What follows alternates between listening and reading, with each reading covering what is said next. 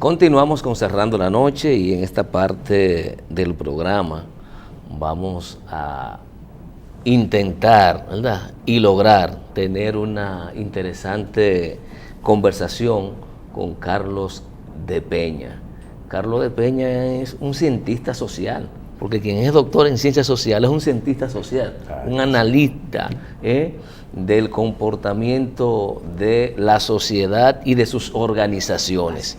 Y a propósito de organizaciones, me gustaría iniciar la conversación, Carlos, justamente por ver qué ha pasado en la sociedad dominicana que, envuelta de 6 meses, ha despertado en términos de una generación de conciencia que logró aglutinarla sobre un eje que en los últimos 40 años había estado gravitando en la sociedad dominicana, pero que no era asumido como un problema social, sino como parte de una cotidianidad y como que no le hacía daño a nadie y a nadie le preocupaba.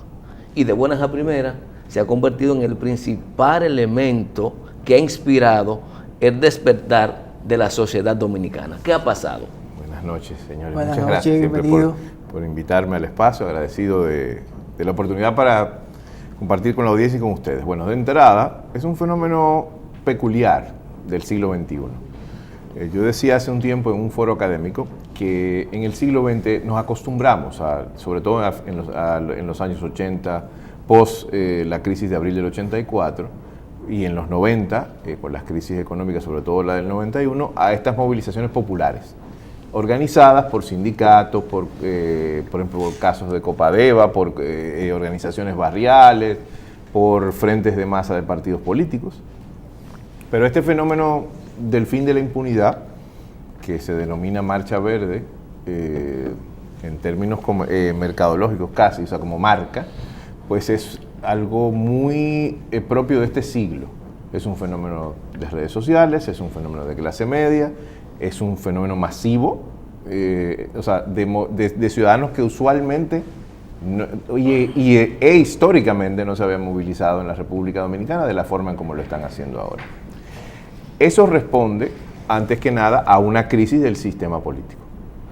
Y responde a una crisis del sistema político porque tanto la oferta como la demanda, en términos de poder público, está en crisis. Digo la oferta, que es la oferta partidaria, tanto del partido de gobierno, que a mí me cuesta llamarle partido a esta altura, me parece que son casi todos, o todos, son empresas de poder, que son, digo empresas de poder porque tienen vocación de lucro, y socios. O sea, hay accionistas, aunque no sean jurídicamente... ¿Son corporaciones? Es una cuasi corporación. Me refiero a que operan desde una lógica de renta. O sea, ¿qué vamos a obtener? ¿Qué tipo de beneficio vamos a obtener de lo público? O sea, no estamos en la esfera pública para servir, sino para servirnos de ella. Y no porque sea corrupción necesariamente, sino porque es una concepción de que al ganar por vías electorales, pues nos corresponde por derecho una cuota, una proporción de lo público. Esa crisis de la oferta es una crisis de credibilidad frente a los actores ciudadanos. No te creo lo que me ofreces, no me convence lo que practicas. Y cuando eso sucede, entonces pierde el entusiasmo la población en los actores políticos que se supone que tienen una supuesta beligerancia o competencia. ¿Qué pasa? Esa población se aleja en este siglo de lo público y se dedica a sus quehaceres privados. O de lo contrario, su vinculación con lo público es porque tienen probabilidades de obtener beneficios de quienes están ocupando el poder en este momento en el Estado y en las instancias asociadas a este. Pero ¿qué sucedió? Que internacionalmente cambió el escenario geopolítico. Y los Estados Unidos entendieron como prioridad acabar con la invasión empresarial brasileña en la región. Porque le estaba quitando sus negocios, porque de repente le cambió la prioridad de Afganistán y Medio Oriente para acá, y porque sencillamente la historia del comercio y del capitalismo dice que los países que van perdiendo espacio hegemónico comercial, pues al final pierden la hegemonía política. Por tanto, los Estados Unidos actuaron en cónsonos a lo que es la historia humana. y demandan en Brasil y logran en Brasil que se desarrolle estas persecuciones de la Operación Lava Jato, entregan documentos, manejan información, presentan datos. Y desde Brasil entonces se desparrama a toda Latinoamérica para mandar el siguiente mensaje: seguridad jurídica para los negocios norteamericanos, transparencia, orden institucional para nosotros poder hacer lo que ellos le llaman el clima de negocios de forma natural y normal, y sobre todo para nosotros ganar dinero y no que los brasileños se estén llevando todo. Ahora, ¿qué pasa? El desarrollo, la concepción de desarrollo empresarial y multinacional de los brasileños, de Cardoso a Lula, recordemos que Fernando Henrique Cardoso fue presidente antes de Lula, ese desarrollo, esa expansión comercial, se da no solo de la mano de Odebrecht. Odebrecht es la quinta empresa más grande de Latinoamérica. Petrobras, que es la estatal, y la del problema mayor en Lava Jato. Petrobras era hasta esta crisis la empresa número 1 de Latinoamérica en generación de rentabilidad. Entonces, todos estos capitales y esta rentabilidad estaban migrando a Brasil desde la región, y Brasil se había convertido en la nueva potencia regional. ¿Qué pasa? Al estallar esta crisis, Brasil empieza a perder espacio comercial y, sobre todo, además de eso, dentro de Brasil, entonces empieza a haber un reciclaje de las élites políticas. Tan reciclaje que sale Dilma del poder. Tan reciclaje que Temer está cuestionado. Y tan reciclaje, y aquí el lazo con la República Dominicana, que son las clases medias brasileñas las que salen a las calles a protestar y a demandar un cambio de gobierno, porque recordemos que las clases populares estaban muy vinculadas al PT. El PT es como para quien no sabe de la audiencia, es como si fuera el PLD en Brasil. Es la centroizquierda, la izquierda de Lula. De hecho, con mucha afiliación con el PLD y con el chavismo en Venezuela. Entonces, ¿qué pasa? Ese PT se corrompe. Creo que su secretario de Finanzas fue uno de los primeros que terminó preso. Lula es sospechoso de corrupción, Dilma es sospechosa de prácticas ilegales. A mí me parece que no había razones por las que sacarla. Y bueno, entonces entramos en la dinámica dominicana, donde también se da lo mismo. Las clases medias, las redes sociales, inician las movilizaciones. ¿Qué pasa? Nunca antes, y podemos buscar todas las encuestas y mediciones de la prensa de los últimos 5 o 10 años, se había visto que la corrupción y la impunidad fueron un tema prioritario nacional, de la agenda nacional.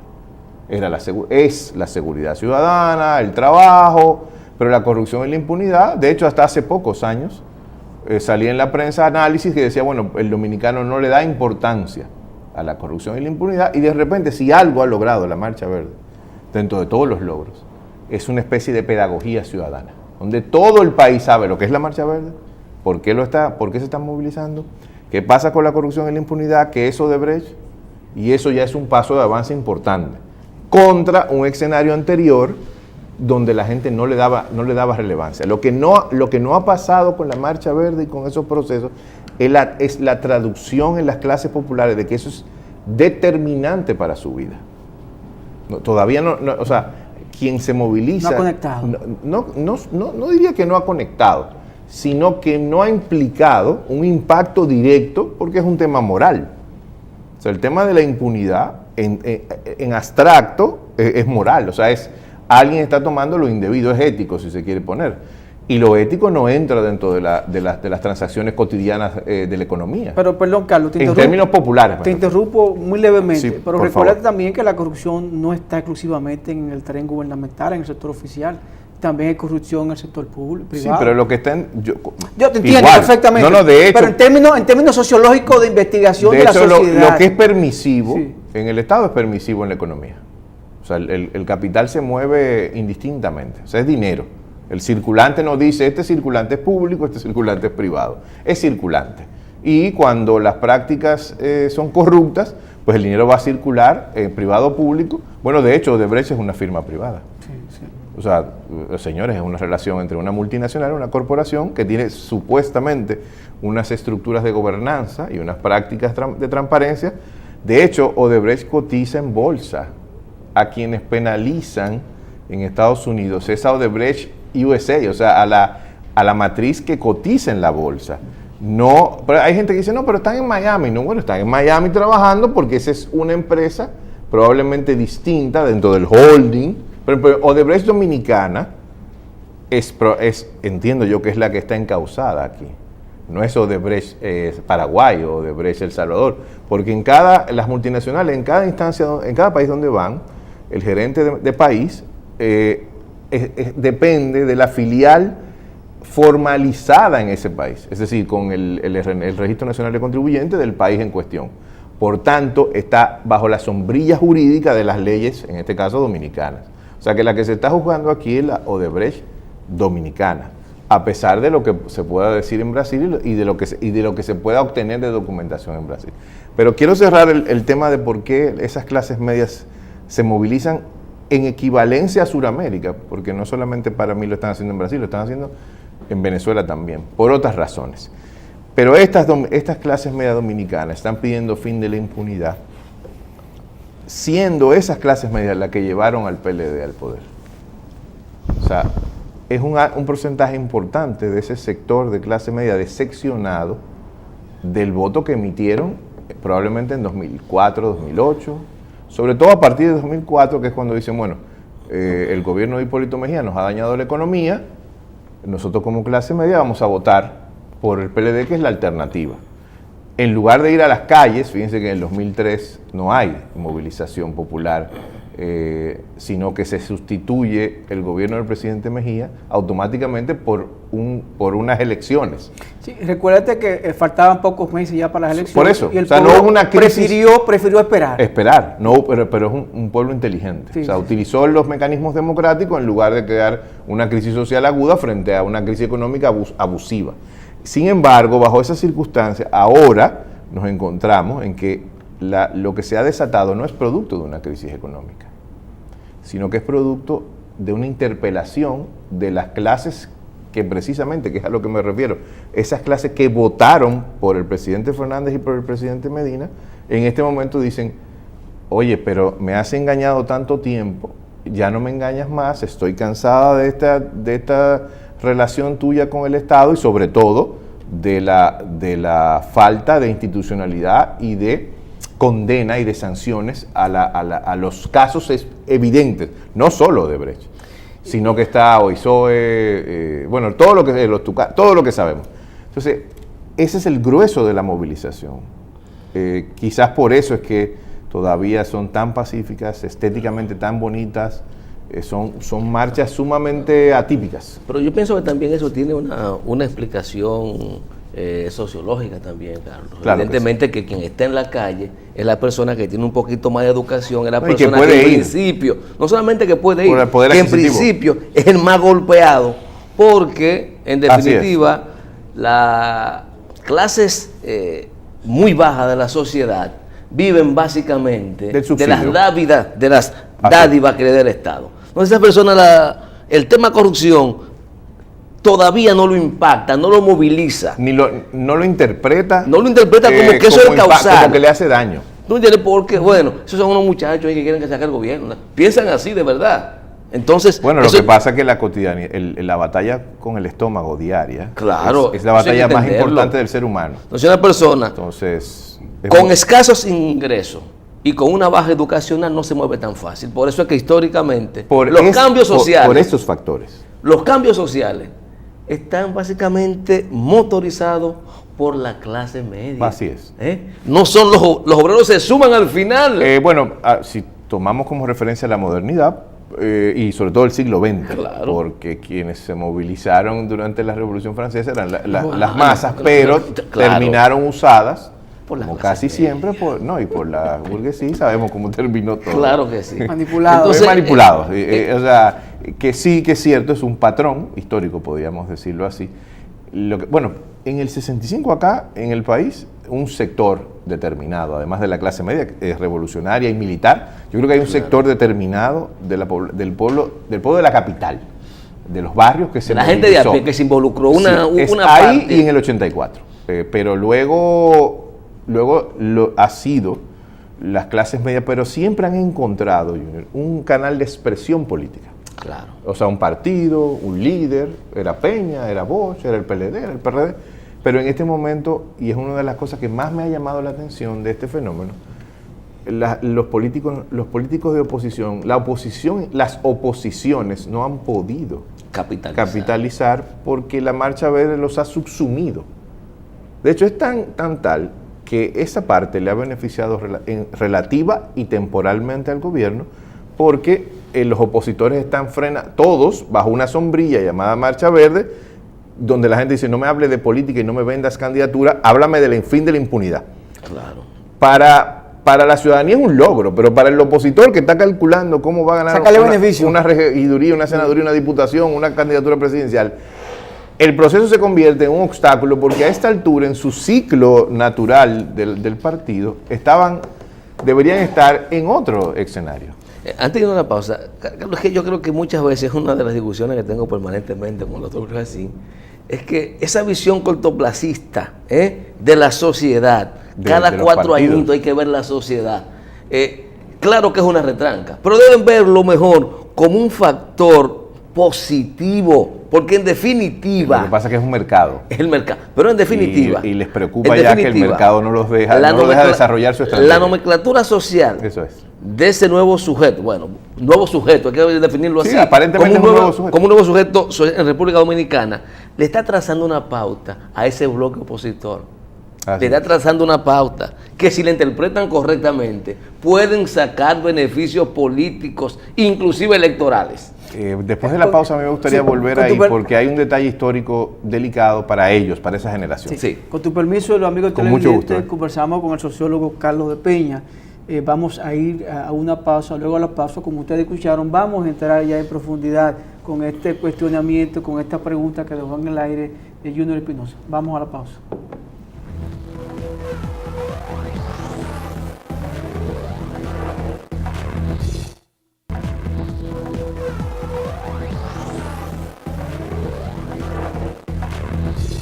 De vuelta con Cerrando la Noche, esta interesante conversación, como le prometí, que lo íbamos a intentar y lo íbamos a lograr. Sí, lo estamos logrando, Junior.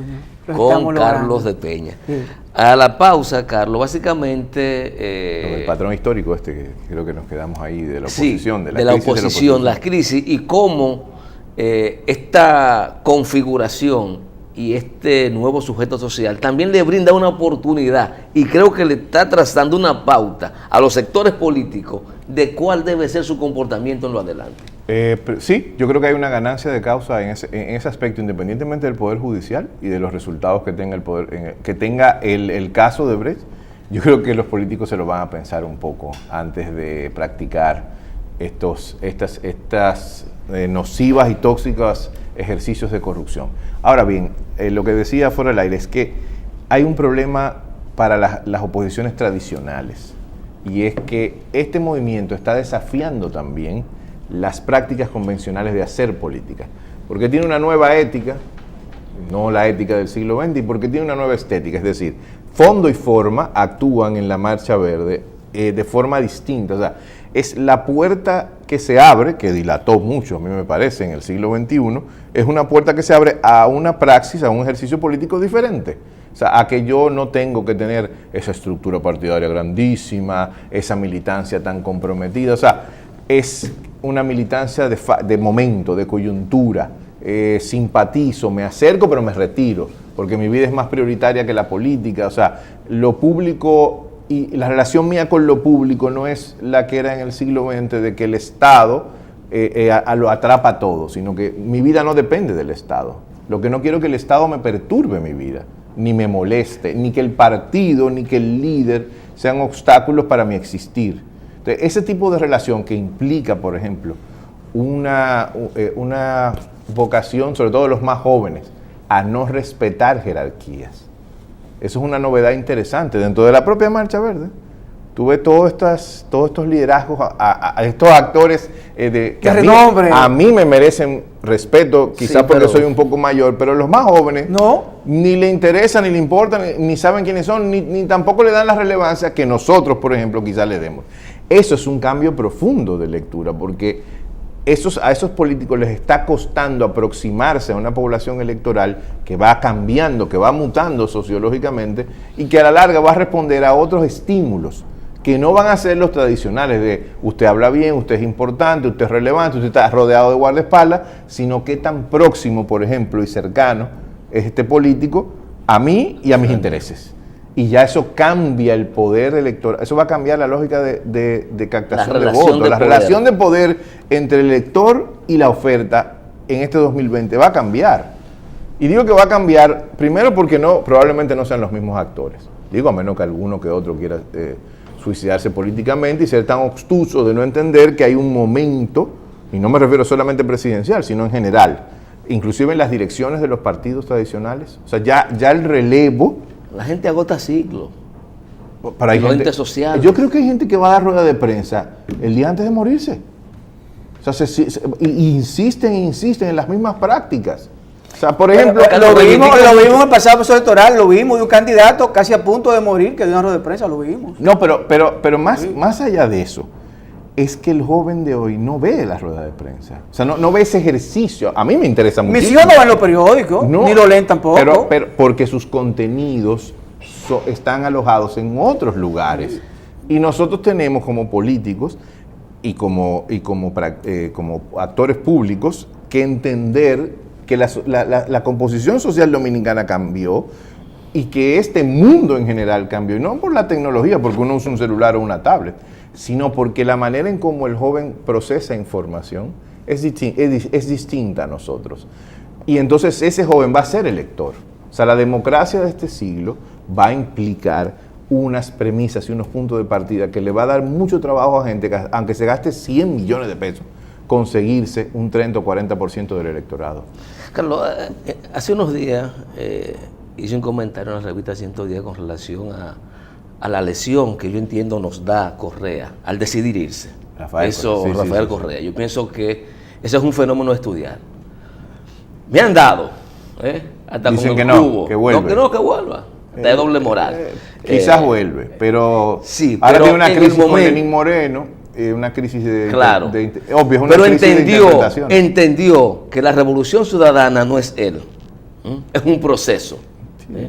Y ojalá no se creen las condiciones, digo yo, para que vuelva y que Lenin pueda desarrollar y continuar eso, aunque parece difícil por la forma en que se está manejando. Que son estilos totalmente distintos. Y no de forma, por lo que estoy viendo no es solo de forma, es de fondo. Y de beligerancia frente a sectores de Ecuador que Lenin no está desarrollando en este momento. Pero bien, pero independientemente hay que estudiarlo. Supo irse a tiempo. Así es. Era el momento, después de 10 años.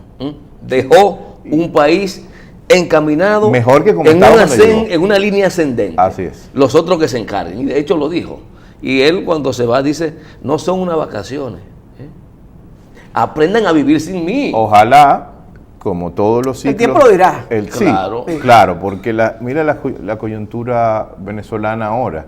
El vacío de liderazgo, lamentablemente Maduro no tiene la capacidad de articulación y cohesión, además de los intereses que sabemos. Le cargamos mucho el dedo a él solo. No, pero me refiero, el chavismo está acéfalo de liderazgo. Ese es el igual que la MUD, o sea, fíjense qué interesante, en Venezuela se da una crisis de liderazgo mutuo.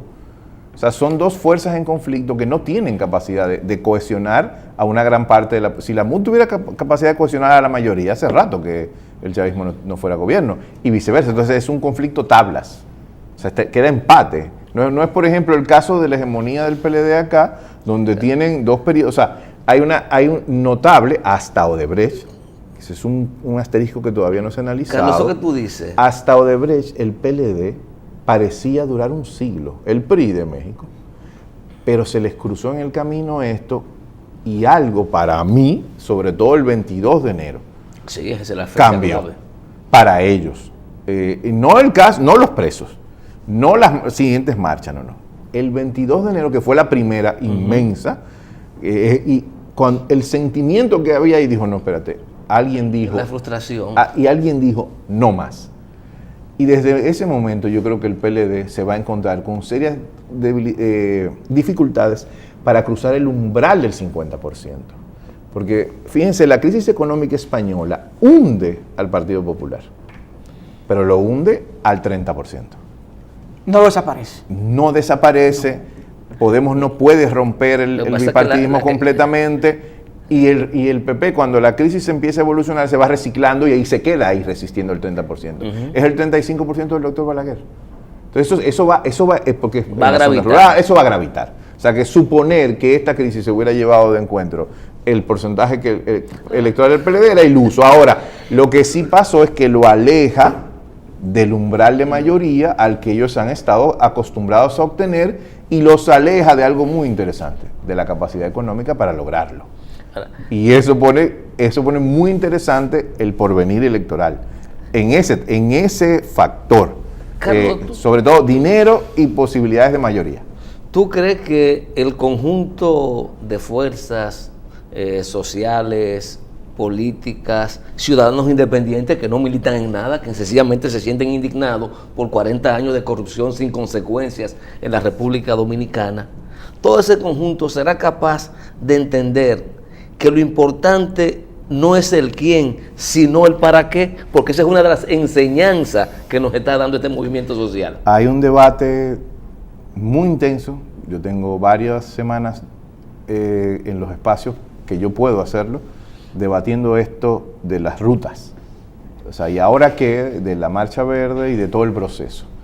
Yo decía que había 3 salidas, las que he podido leer y las que he podido interpretar. La salida 1 es la de las reformas. Hay un sector habitualmente conservador, más vinculado al empresariado, más tradicional, más buscando la estabilidad. Ese sector dice, no, vamos a conversar con el Estado, con el gobierno, vamos a pactar, vamos a llegar al Pacto por la Democracia 2. El del 94 lo transferimos ahora y bueno, vamos a reformas de la justicia, sobre todo electorales, para cambiar las condicionantes y reformas de Estado. Y reglas más claras, reglas la ley más claras, la ley de partido, de un pacto. Garantías electorales. Y que se firme todo eso, que se firme el Palacio, todas esas cosas. Esa es una línea de pensamiento. Hay otra que tiene más que ver con un cambio, que es que yo le digo el cambio del reciclaje. El reciclaje, que es cuando lo que se quiere es que el sistema se quede, el gato pardo. Y hay muchos de intereses geopolíticos internacionales que dicen, no, espérate. Que las mismas fuerzas búscame un candidato que me garantice la estabilidad y la seguridad jurídica y el clima de negocio y pónmelo a ganar. Y ya. O candidata, lo que sea, pero que me deje las cosas intactas.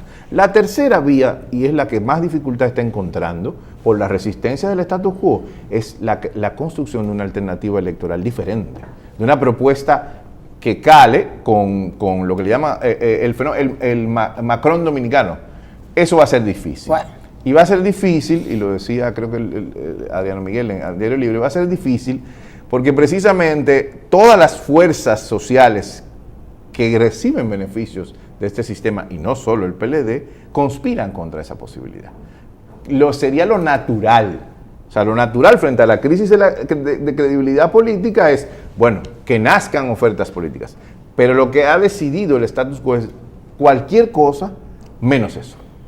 Habría que ver si las fuerzas alternativas, que no hablo de izquierda y derecha, sino fuerzas que se dicen, no, pero espérate, la salida electoral pudieran romper ese cerco, porque es un cerco político, económico y social que se les ha montado, y mediático sobre todo, para que no suceda lo que todo el mundo esperaría que suceda, que es la novedad. Entonces se apuesta a evitar la novedad. A mí me parece que la mayoría se conformará con el reciclaje. Habría que ver si algunos actores le dañan la jugada. Bueno, vamos a esperar. Eso lo dirá el destino y la creatividad de ciertos sectores que pudieran Tienen que tomar la decisión. Y pudieran apostar. La decisión es arriesgarse. Bueno, de nuevo, Macron, independientemente de que alguien comparta o no su ideología, se arriesgó. No, pero el tema no es compartir su ideología, el tema es el hecho preciso. Encontró un nicho. Casi 50 años de bipartidismo en Francia. Y un desconocido. Y se colaron. Consigue una plataforma. Así es. Y se cuela. En marcha se llamaba. A propósito. Bueno. Señores, un placer. Gracias. Agradecer al sociólogo Carlos de Peña. Encantado. Por aceptar nuestra invitación y sobre todo haber llenado las expectativas, por lo menos conmigo la llenó. Bien. De esta Muchísimas entrevista gracias, muy interesante. Ustedes, amigos televidentes, gracias por el favor de su sintonía. Hoy es viernes, concluye este viernes. Buenas noches, lo que queda de noche. Feliz fin de semana. Un servidor, Giovanni Almonte y Junior Espinosa. Le decimos adiós. Hasta el lunes. Bye bye.